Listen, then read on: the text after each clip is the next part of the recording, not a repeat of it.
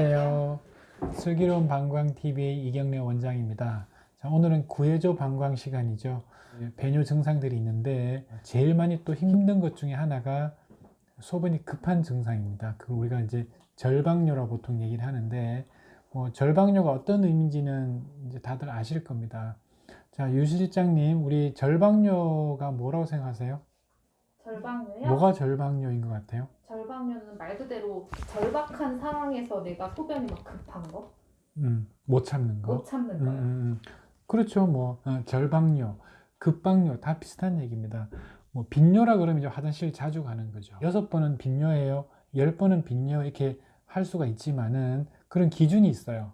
근데 절방뇨는 사실 특별한 기준이 있지는 않거든요. 어느 정도 급해야지 도대체 절방뇨예요? 이런 기준이 별로 없단 말이죠. 네. 그래서 굉장히 이제 주관적 개념이긴 해요. 일상생활 중에서 내 생활에 불편을 느낄 정도의 절방뇨를 말하는 겁니다. 흔히들 집에 올 때 엘리베이터를 탔는데 네. 집에 들어가는데 도저히 못 참겠다, 급하다, 계단에서부터 또는 엘리베이터 문이 열릴 때부터 이제 힘들어지기 시작하는 거죠. 또는 물소리 들을 때 소변이 갑자기 맞아요. 마려워서 그런 분들 힘들어하는 많아요. 분들도 꽤 많아요. 네. 그래서 그것도 이제 절방뇨의 흔한 이제 증상 중에 하나입니다.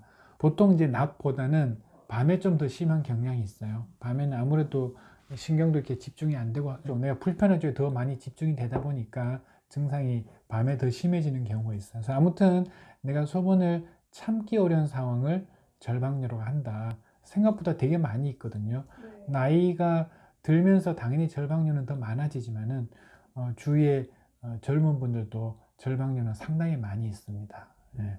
왜 절방뇨가 생기냐면은 기본적으로 방광이 이상이 있다고 생각하시면 됩니다. 신장이 이상이 생겼을 때도 이 절방뇨가 생긴다고 이제 생각하는 분들이 많아요. 그래서 절방뇨 있을 때 제 신장층 체크 좀 해주세요. 피 검사 좀 해주세요. 이런 분들도 사실 많이 있는데 절방뇨는 신장과는 거의 연관이 없는 증상입니다.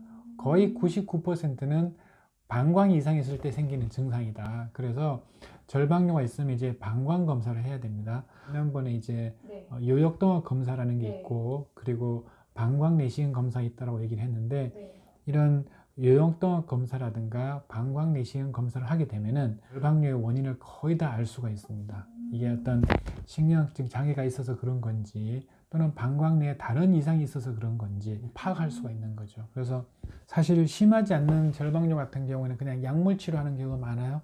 요즘은 이제 약물이 많이 좋은 게 많이 나와가지고 약을 먹으면은 대부분 이제 절방뇨가 좋아지고 방광에도 다양한 약물들이 있고 그런 약물들의 조합으로 인해서 대부분의 절방뇨는 좋아질 수 있다라고 이제 생각하시면 되고요.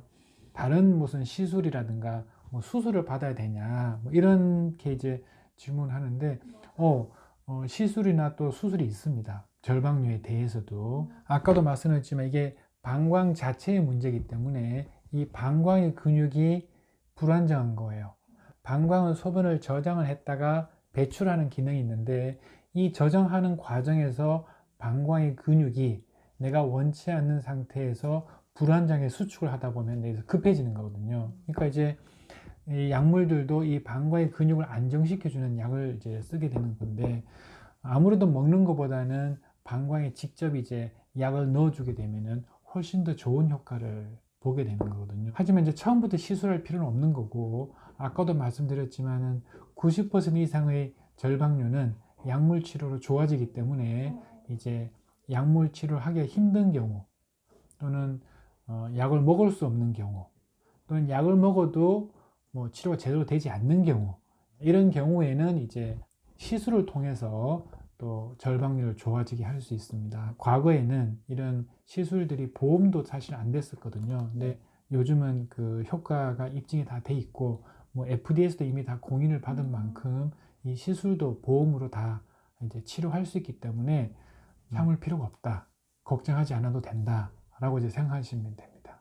사실 절방뇨가 생기는 제일 큰 원인은 방광염이거든요. 방광염이 있을 때 절방뇨가 많이 생긴단 말이에요. 근데 저희들이 지금 얘기한 거는 방광염 외의 원인을 이제 얘기를 한 건데 사실은 방광염 있을 때 절방뇨가 생기죠. 방광염 생기면 뭐 찌릿찌릿하고 아프고 통증이 생기기도 하지만은 급하기도 하고 참지 못하는 증상이 생기는 거거든요. 있을까요? 환자분들이 요실금 수술하면 좋아지는 거 아니냐라고 엄청 많이 물어보시거든요. 아, 그렇죠. 네. 네.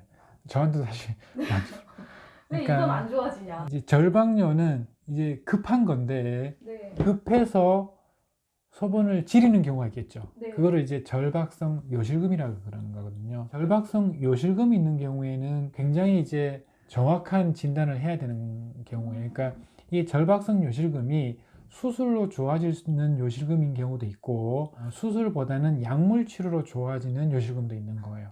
사실 저한테 오시는 분들 중에서 이제 절박성 요실금으로 수술한 분들도 꽤 많이 이제 수술하고 오거든요. 근데 그분들이 나 수술했는데도 왜 안 좋아지냐라고 이제 얘기하는 분들이 많이 있어요. 그래서 다시 수술 더 하고 싶다라고 하는데 그게 수술을 여러 번 한다고 해서 이렇게 좋아지는 게 아니라 약물 치료로 좋아지는 거기 때문에 사실은 첫 번째 이제 잘못된 선택을 하게 된 거죠. 그래서 내가 수술로 좋아질 건지 아닌 건지는 정확하게 판단을 해가지고 진단 후에 결정을 해야 되는 부분입니다. 그럼 꼭 비뇨기과 와서 기능 체크를 해야겠네요.